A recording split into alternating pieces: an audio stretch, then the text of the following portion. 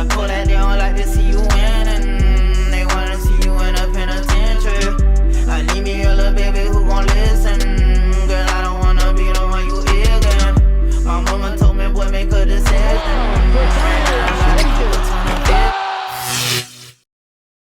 Welcome back, everybody, to another episode of the Clutch Talk Podcast /YouTube/We Do It All. As always, I'm your host, John. Very happy to be here. My boy Jay Hizzle over there in the 6. How you doing, baby? Doing great. I'm doing great. Getting towards the end of these fan series interviews and excited to have Brett on to talk about the Pacers today. Oh, yeah, man. You know, we got a very exciting guest. But first, let me check in with my boy Junior in the 714. How you doing, baby? Doing good. I'm excited to be here. Excited to talk about the Pacers. It's an exciting team. Always a great team on paper. And last season, obviously, I won't even say it was their fault. It was a lot of injuries, but a polarizing team. So we'll be excited to see what they do this season. Definitely, man. We got a real polarizing team. And for a real polarizing team, you know, we had to bring a great guest, man. Again, we couldn't just bring a casual, man. We had to bring a very knowledgeable fan. Rhett is the host of the Punt Intended Podcast. He's also a contributor at the 8 Points 9 Seconds, which is an official Indiana Pacers publication, man. Rhett, we're just very happy to have you on the show, man. I don't know if you want to introduce yourself, say a little bit about yourself to the fans. Yeah, no, I appreciate you giving me the chance to come on and talk about the Pacers. It's definitely an interesting team that is certainly better on paper because on paper we have TJ Warren and in reality we do not. So I'm really looking forward to talking about last season and this season. So. Yes, sir, man. But before we get into that, I just want to give a huge shout out to our sponsor for this video, Smooth My Ball Razors, man. They got some of the best razors in the game right now, but that's not all they offer. They also offer free worldwide shipping, but that's not even the best part, man. Check this out, you guys. If you guys use the code that I'm going to put right here or in the description down below, you guys can get 15% off your razors and all shaving equipment, man. So make sure you guys go check that out. But if all that's out the way, you guys ready to get into this Pacers talk? I'm ready. Let's do this. So, Rhett, the first question that we like to ask all fans here for these team interviews is, Rhett, as a Pacers fan, are you content with how this last season went? In a way, yes. Like, it's kind of odd because the season was awful. Like, it was one of the worst Pacers seasons ever. And that came from both an organizational standpoint with some of the front office coaching decisions that were obviously mistakes, but then also some of the internal issues that it seemed like the team had with that coaching staff. And so looking back on it, it's like, wow, that season kind of sucked, but it resulted in us getting Rick Carlisle. It resulted in us like kind of looking ourselves in the mirror and being like, all right, we got to do something different. So last season was not good, but the result of it, the fact that we learned from it and hopefully are going into a different direction and a more winning direction, hopefully, I think it's ultimately a good thing. Yeah. You know, I ultimately would agree with you. I even have here on my notes, like, I just have like what happened because, you know, this season was just crazy for the Pacers, man. Like we had players trying to fight coaches. We had injuries. There was a messy situation with Vic, man. So it was just a craziness, man. But I really like how, you know, you summed it up. And as far as the Pacers are able to take this year and say, okay, well, we know this is not where we want to be. Let's go to this direction. So so that brings us right to my first point. And, you know, Junior started the show right off with talking about you guys have a great roster on paper. And that's the bone that I want to pick. And honestly, Rhett, I just want to talk about this with you. You know, we could just kind of bounce off each other. But like, man, like, I just feel like for the past 3 or 4 years, like you guys have consistently have a decently good roster, at least a contending in the playoff roster, maybe not a finals run roster, but you know, you guys have a good roster, but it's never put together. You guys never are able to make that real deep playoff push. Like, to be real, as an NBA fan, the last time I think I remember the Pacers in that playoff push was in they're playing LeBron and the big three, and then Paul George was taken off, and that was a whole different Paul George. So to you, Rhett, you know, as a Pacers fan, is it management? Is it players? Is it coaching? What is it, and why are they never able to put it together? A lot of it comes down to injuries, at least in the last couple of years. We had one healthy season with Victor Oladipo bursting onto the scene, making all NBA, taking LeBron's Cavs to 7 games, and then getting screwed out of a goaltending call that ended up costing us a series. But there was not a bounce call that was missed before that. But the goaltending just sticks with me. So that's the only healthy season we've had since those big three Heat and Pacers matchups in the Eastern Conference Finals. So since then, I mean, it hasn't come down to anything the organization's done. It hasn't come down to anything the players have done, nothing like that. I mean, I think Kevin Pritchard has done a great job with now 2 All-Stars that have wanted out. He came in and immediately dealt Paul George for what seemed like an underwhelming return, but ultimately turned into 2 All-Stars themselves. And then obviously last year with Vic, the situation coming into the season, he had turned down an extension, wasn't sure if he was healthy, and then we were able to flip him for Karis LeVert 10 games into the season, which before the season started, I had said that Brooklyn would say no to that deal. And ultimately it ended up with them getting Harden, so they were more than fine with it. And Houston obviously wants to be bad, so they were more than fine with it. So as long as the team is healthy, we should be okay, but we're not. And so that's the only thing that I would say is, like, at a certain point when you're trying to scrape together on the margins as much as you can, taking risks on guys that aren't healthy to try and be better, because we're not going to get a star. Like, you have to have 5 decent starters, and taking a risk on TJ Warren, I would do that 100 times out of 100. It's just not working right now because he's not healthy. And that's just kind of been the case for almost every Pacers transaction, at least with the starting lineup over the last couple of years. So it mostly comes down to health, and I don't think we can really do anything about that. Okay, and let me go to my guys. So so that's from the Pacers inside, but Jay Hill and Junior, from the outsider perspective, like what does it seem? Is it injuries to you guys? Is it coaching? I know that the recent coaching change of Rick Carlisle, hopefully that's gonna have some big changes over there. But Jay Hill, I don't know if you're gonna lead us off here. How do you feel about Indiana Pacers? From an outsider's perspective. Yeah, obviously the turnover, the injuries is a part of it. And then last year with Bjorken, I mean, that situation was just a mess. I think early on in the season, we saw that, obviously you mentioned the fights, and he lost the locker room. So, I mean, at any point in the league, when you lose the locker room, it's a problem. So success off the court, if you don't have that, it's going to translate to losses on the floor. So, and then you look at it from the standpoint of the midseason trade where they ended up getting rid of Vic. I know he was hurt early on in the season. Then they end up trading him for Karis LeVert, who also had his kidney surgery, so he wasn't healthy. So yeah, they're battling injuries. But I also look at the Pacers and I look at the front court, and to me, my question is, what is that? What can Sabonis and, Miles Turner coexist there?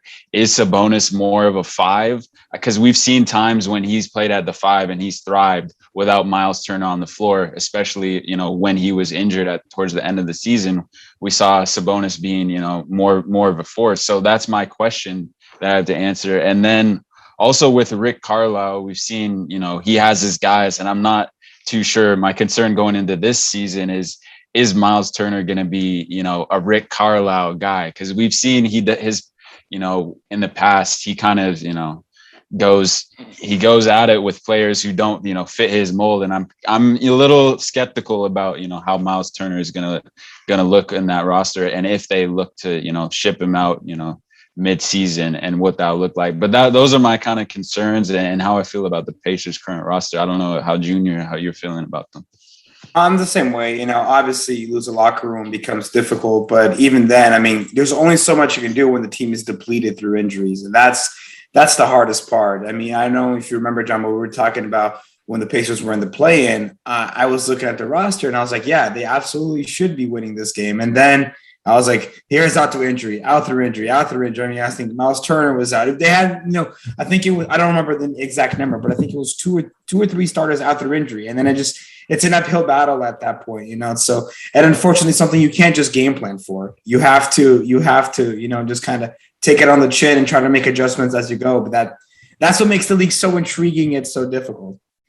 Yeah, man. And Junior, you talking about the roster, that leads me perfectly to my next point that I want to talk to you about with Rhett. And that's, man, I'm expecting big things. I'm expecting big things from the Pacers this year. Like how you said, they now know the direction that they want to go in. They got the players that they want in Malcolm Brogdon, Karis LeVert, Sabonis, Miles Turner, TJ Warren. And then you got role players like Torian Craig, Justin Holiday, Jeremy Lamb, and TJ McConnell. And like how we've been saying with a vet coach like Rick Carlisle. But to you, how do you feel? Are you as optimistic as I am? Because, man, if injuries don't hold you guys back this year, I'm trying to see a top 5 seed in the East. That's best case scenario. And that's with Carlisle making the most of the Turner Sabonis pairing, which I personally think has been done for over a year. They did try to trade Miles Turner for Gordon Hayward last year, and the Celtics decided they'd rather have Tristan Thompson and Evan Fournier. And so I personally don't think the two bigs works nearly as well, because when it comes down to it and you're closing games, like, it's just tough, because that means either Miles Turner is on the perimeter because he's a big and he moves his feet better than Sabonis, or Sabonis is on the perimeter so that Miles can protect the rim, and that's just a mismatch. And then offensively, like, Miles Turner is not enough of a threat offensively to really take advantage of the mismatch that Sabonis creates by being able to facilitate from the high post and from pretty much wherever on the floor. So it's just an awkward fit. And if there's any coach that's going to be able to do it, it's going to be Carlisle. And so if one of the questions I put out to Twitter and to see what everybody thought was, like, how many games is Carlisle going to give the two bigs before he's just like, no, this isn't it? Like, what is that going to look like? Because he's apparently got more say with the front office and the roster construction and team moves and stuff like that than more than any other coach in the league. I think one of our insiders for the Indy Star said that he's got like top 3 in the league say for the front office. So it's like it's a collaborative effort, but I have no idea what this team is going to be, because if TJ Warren's not healthy, we saw it last year. He's one of their only wings that's like a legit wing. Obviously, they brought in Torrey Craig, so they learned from that mistake, and they actually said that they brought him in because they weren't sure of his status, which scares me because TJ Warren is incredibly important for this team. But if TJ Warren's going to be out, let's say he misses half the season, and then Sabonis, they keep them all together, I don't see how they're anything more than a 6 seed, because it's just a weird fitting roster. And there's going to be those Knicks that come through and like take Malcolm Brogdon out for a 5-game stretch. Karis LeVert, like, we've just got guys that they just get nicked up like that. So I'm not that optimistic, but I also expect for there to be roster changes. And anytime there's a roster change, especially in the starting lineup, there's going to be growing pains. So let me ask you something, Rhett. Oh, you want to go ahead, Justin? Yeah, just real quick. So Rhett, yeah, you kind of addressed on my question that I was going to ask you about, the front court, or the question I had for their roster, which was, I don't really see that Sabonis and Miles Turner can coexist. Well, the next question I have for you then is, you talked a little bit about Malcolm Brogdon, and yesterday ESPN released, or this past week they released, their notorious ESPN top 100 ranking, and we saw that Malcolm Brogdon was 39 the previous year's ranking, and he went all the way to 65. So my question to you is, you brought him in from Milwaukee, obviously, and he signed there, expecting a bigger role, and we saw that he did kind of live up to that, at the beginning of the season, and then I saw a bit of a dip. And my question to you is, to compete, especially in the East, I find that you need a solid, point guard, a point guard who can score, facilitate. And I believe Malcolm Brogdon can do all those things. But do you see that he can be, at least, to me, I see him as the second or first option, however you want to look at it, with Sabonis. So what do you think? What are your thoughts on Malcolm Brogdon, and kind of talk about that? Brogdon is an interesting player because he's big. He's like 6'6", 6'5", 6'6". So he's big and he's strong, but he's not especially fast, and he's not great at point of attack against quick guards like the Kyries and now the Kembas and the Trae Youngs, like stuff like that. He doesn't do very well with that. He's better guarding up a position. So at least defensively, Brogdon is a little bit iffy with this team because Karis LeVert is also not a great defender. But as far as Brogdon as a player himself, I really like him. I think he's better than the ranking that ESPN gave him, which I think is part of the point of those rankings, is to talk about him. So here we are. But there's no way he should have dropped down that far. He's definitely a top 50 player in the league, I would say, pretty generously. He was going, I believe he should have been the all-star in his first season here. I think he got hurt right before the voting. And so Sabonis kind of carried that over and took that spot for him. But I think he was probably our best player. I don't think that's going to be the case moving forward anymore. It's just LeVert is better with the ball in his hands because he's not that great of a shooter. So then you've got Brogdon playing off ball and all of that. But there's plenty of shots to go around, and there's apparently plenty of minutes because of the Warren injury and obviously the injuries that are coming. So I really like Brogdon. I'm not sure he's the for sure point guard because, like I said about the defensive intricacies between him and LeVert, but I really like him, and I think he's a great player to have. So let me ask you something now. As we were talking about Miles Turner, Domantas Sabonis combination. So sounds like you're ready to move on from Miles Turner. Who would be, or is that correct first? I don't know what the returns are for Miles Turner or Domantas Sabonis. I don't know what other teams are offering them. So Sabonis is not off the table? No, he shouldn't be. No, nobody on the Pacers should be. We don't have even though the rankings are wrong, they're not wrong that we don't have a top 25, 30 player. So if you don't have that, there's no reason to say any of those players shouldn't be available. Okay. I find it's go ahead. No, I just want to ask. So no players on the Pacers are untouchable to you? They shouldn't be. Not for I'm not trying to sell them all. I'm not going around just trying to move everybody, but for the right price. Yeah, exactly. If I could go out and turn 2 starters into Ben Simmons or turn 2 starters into Jaylen Brown, anybody like that, anybody who's a for sure top 25, 30 player, I would do it. And I think that Kevin Pritchard would also do it. But again, I don't know what the deals are. I imagine that Miles Turner is probably more sought after because he's a better fit, because Sabonis is going to be the focal point of your offense. What does that mean for a team? I don't know. How good can a team be with a guy who's small, relatively small? He's 6'11", but he's got a small wingspan. He's not a vertical athlete. Great offensively, but people compare him to Jokic. He's not Jokic. He's not not even close. Jokic won MVP. It's not close. So I don't know. It seems like Miles Turner is the one that's going to be traded just because he's been in trade rumors in the past, and it's easier for teams to go out and get him as more that final piece rather than in this league that's so perimeter oriented, a team going out and be we want to build around Domantas Sabonis. And so ultimately my question is, what is your dream, I guess, pairing that you can make with Sabonis, assuming you want to, proceed, even if it's not for the rest of the franchises, next 10, 15 years, but just for the immediate future. Let's say, you want to ship out Miles Turner and you want to build around Sabonis. Who's your dream pairing that you can get in return for Miles Turner? Yeah, it has to be a wing, I think. Okay. It has to be somebody who can slide in and play the 3 or the 4 next to Warren, assuming Warren stays 2. And if he doesn't, then that's even more of a reason to get a 3 or a 4 back from Miles Turner. So I think one name that has always kind of stood out is Jeremy Grant. I don't think Detroit does that, but I really like Jeremy Grant as that prototypical big wing who can do some things with the ball, without the ball. And then obviously he's a good defender too. So that would be great to have, especially because, like I said, with Sabonis, not a great defender. He's not terrible, but just small. He's just limited in what he can do. So just needs to have good defenders around him. And like I said, Caris LeVert, not a great defender. So you need to bring in somebody that can do well on that end of the floor. There's a great defender available right now. He's not very good at shooting, but he's a fantastic That would be defender. a terrible fit with Domantas Sabonis. That's what I was going to say. I would still want them to do it because it's just consolidate a starter, get a star player in, but that would just get ugly.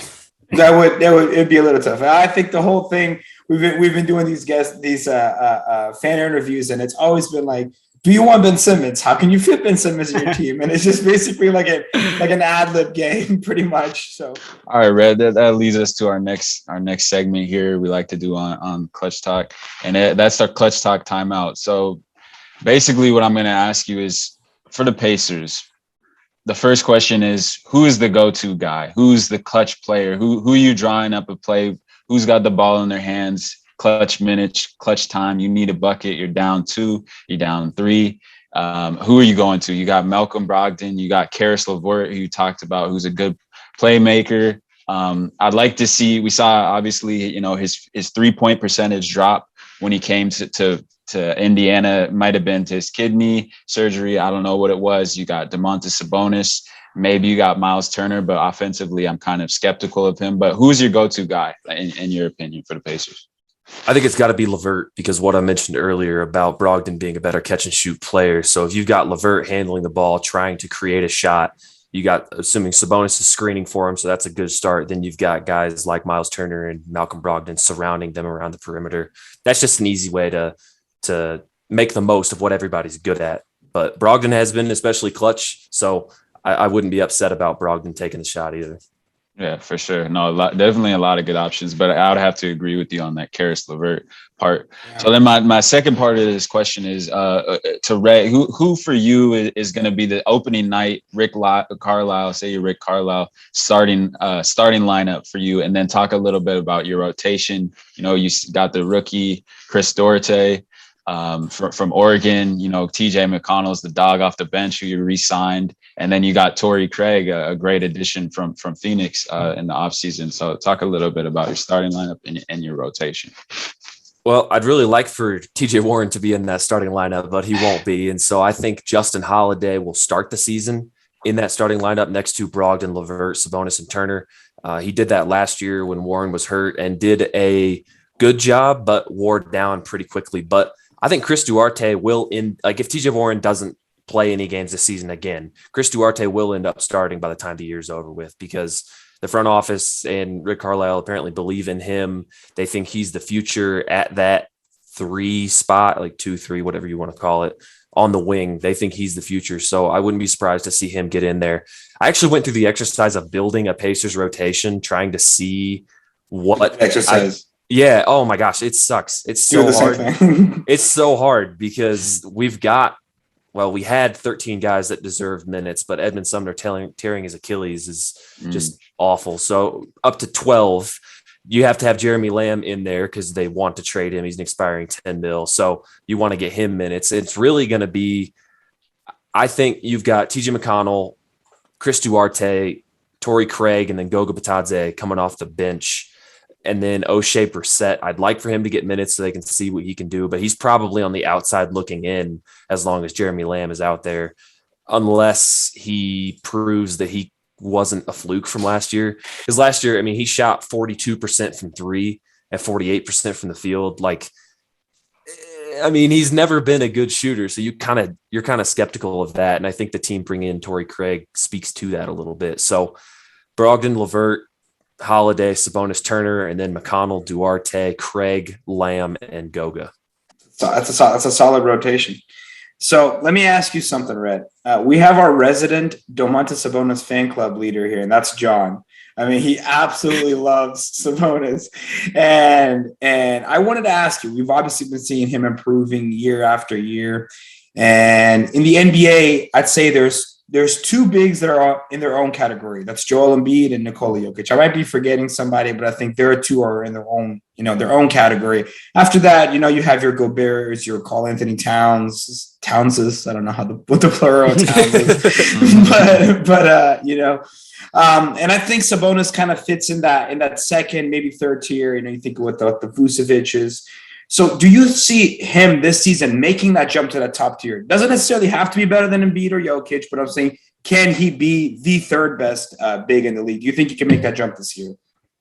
Adebayo is another name there too. I was just about to say, it would take a lot for me to put Sabonis in that top group just because of the shot creation limitations that he's had so far. If he takes a jump in shot making for himself, like whether it be off the bounce or just pull up, like hitting more from 3, anything like that, then that's going to be huge for him because of the defensive limitations I've already talked about. Like there's only so much you can do with an equal or negative wingspan. So I don't know.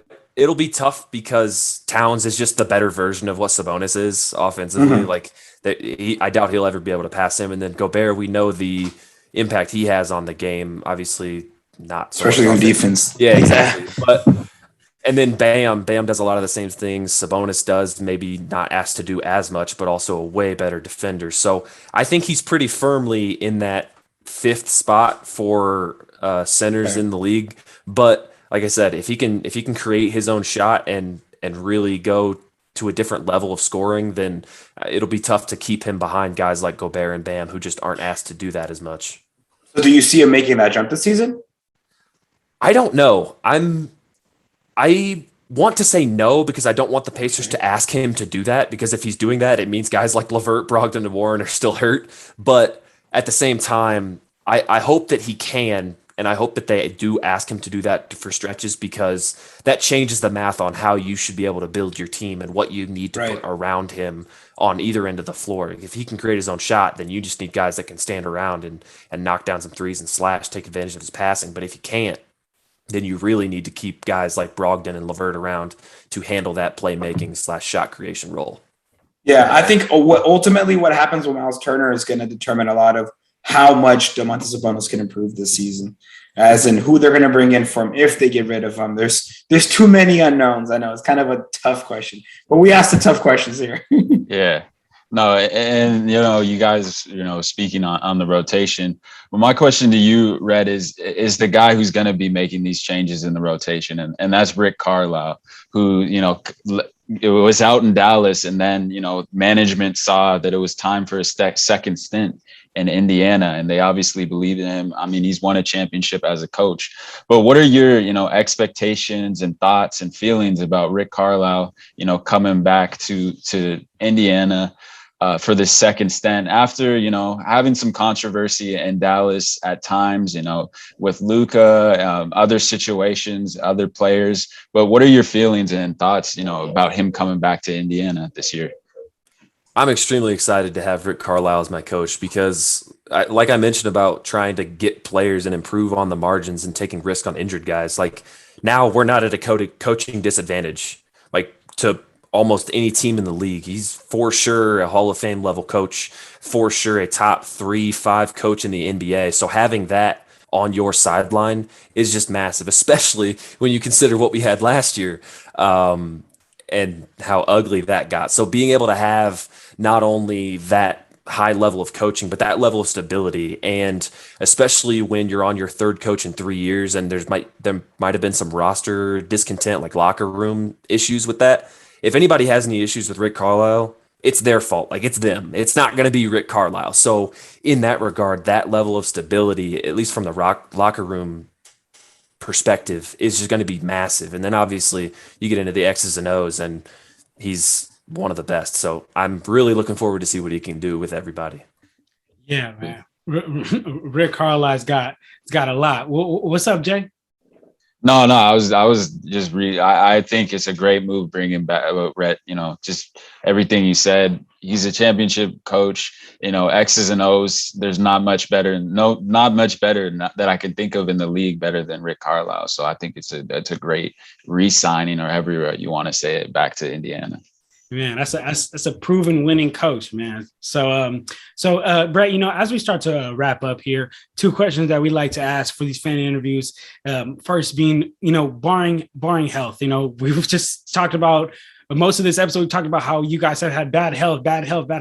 But let's say you guys get one good year, healthy year, entire roster. Where do you see you guys finishing, and how deep in the playoffs do you guys go? 4 or 5 seed. If everybody's healthy and TJ Warren comes back and everything works with Turbonis, I think 4 or 5 seed is pretty legit. I mean, you're not getting 1 and 2. You're just not getting it. And then obviously you don't know what's going to happen with Philly, Miami, Boston, but 4 or 5 would be solid, more towards the higher end of where we could be. And then it all comes down to matchup, especially if they still have the 2 bigs. Like if you run into a team like Boston and they don't want to play 2 bigs, then you've got somebody like Domantas Sabonis guarding Jason Tatum, and that's just not going to work out very well. Yeah, that's just not going to work out well. Like any team that can go small will be an issue for the Pacers, but I don't see why, if everything goes right, they can't win a first-round series. Okay. All right. And then last question that we like to ask here is, if you could give us one word or one phrase to describe how you felt as a Pacers fan this past year, and then one word or one phrase to describe how you feel as a Pacers fan coming into this next year. Last year, confused. This year, optimistic. Cautiously optimistic. That's 2 words, but I'm going with it. Okay, I like it. I like it. I like it, man. Well, this is a good place for us to enter here our closing segment that we do here. When we have this closing segment called Guess the Player. This is how Guess the Player works. I have 5 players here listed. I have here accolades, things that they did, jersey numbers, things that they wore, and all of you guys, Jay Hill Jr., you guys each have 2 guesses. You can blurt it out as soon as you know. The hints will get easier as they go. You got it? Yep. All right, let's do this, man. So our first player, he played for 4 teams. He got his jersey retired by his college team. He's a 6-time All-Star, a 1-time NBA champion, most famously known for wearing number 7. Jermaine O'Neal? No, O'Neal wasn't a champion. Dang it. A 1-time gold medalist. Okay.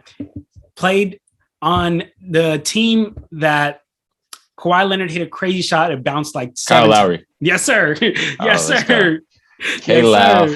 K-Low. I was thinking Pacers. Man, I had that. The Jermaine O'Neal was a good guess, though. Jermaine O'Neal was a really good guess. I don't know why. I just figured he might have got a ring on the tail end of a bench somewhere. But. Yeah. All right, here we go. Next player. This guy, he played for one team his entire career. He got 5 All-Stars throughout his career. He got his jersey retired by his college team and his NBA team. He's a 1-time 50, 40, 90 member. Reggie Miller. Yes, sir. Yes, sir. I had to throw a Pacer one in there later. You did. Now I was thinking the whole league. I was like, okay, it's not going to be a Pacer. You got me. All right, here we go. Here we go. All right, next player. This guy is a 1-time NBA champion, a 4-time All-Star. He played for 5 teams while in the NBA. He was drafted by the Phoenix Suns, has probably one of the most unorthodox jumper in the league. Sean Marion. Yes, sir. Oh, yeah. There you go. Sean Marion. There you go. All right. Man, that Sean Marion jumper was insane. That jumper was like... Right, he hit, too. He hit. Shooter. Yeah. All right, here we go. Our next player. This guy, he has his jersey retired by 2 teams in the NBA. Same jersey number, but 2 different teams. He's a 1-time NBA champion, a 10-time All-Star, a 1-time All-NBA first team member. Michael Jordan was shitting on this guy. Okay. The 2 teams was... That doesn't narrow it down very much. Though. I know. I was gonna say Brian Russell. The 2 teams were the Rockets and the Blazers that he got his team retired for. Okay. Oh, Clyde Drexler. Clyde. Clyde. Come on, I was because Mike was talking shit about him. Yeah. All right, here we go. All right, last player. This guy is a 1-time 50, 40, 90 member, a 1-time NBA champion, a 4-time All-NBA first team member, a 14-time All-Star. Dirk Nowitzki? Yes, sir. Jeez. Yes, sir. Okay. Jeez. Yes, sir. I thought it was going to be Dirk because he said 50, 40, 90, 1-time champion. But I thought it was going to be Kyrie. Oh, 5-time? Only a 5-time? That's what threw me off because I was like, man, yeah, Dirk had it. Yeah, that's true. Nope. I could have sworn Dirk would have. Yeah, I was like, let's just try. I had to throw one out there, man. I didn't have a single player so far. Oh, man. Well, this is a good place for us to go ahead and here and wrap it up, man.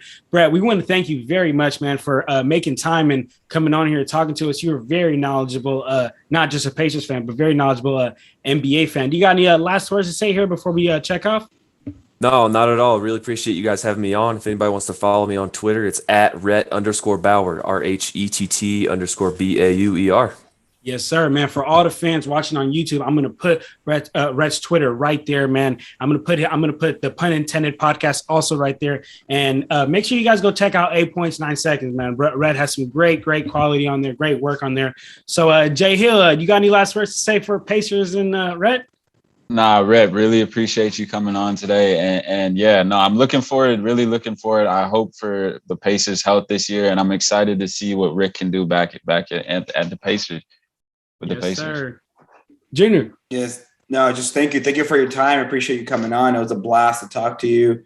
Like I said at the beginning, an exciting team. We're going to see now, if they can kind of just get a little bit of luck, honestly, and just staying healthy and then seeing what Rick Carlisle can do with his roster. So, best of luck to you guys this season. Yes, sir, man. For all the fans, don't forget to like, comment, subscribe. Make sure you guys go follow us on Instagram, Twitter, and TikTok. It'll be right here and in the description down below, man. All right, we out of here, y'all. Clutch Talk out.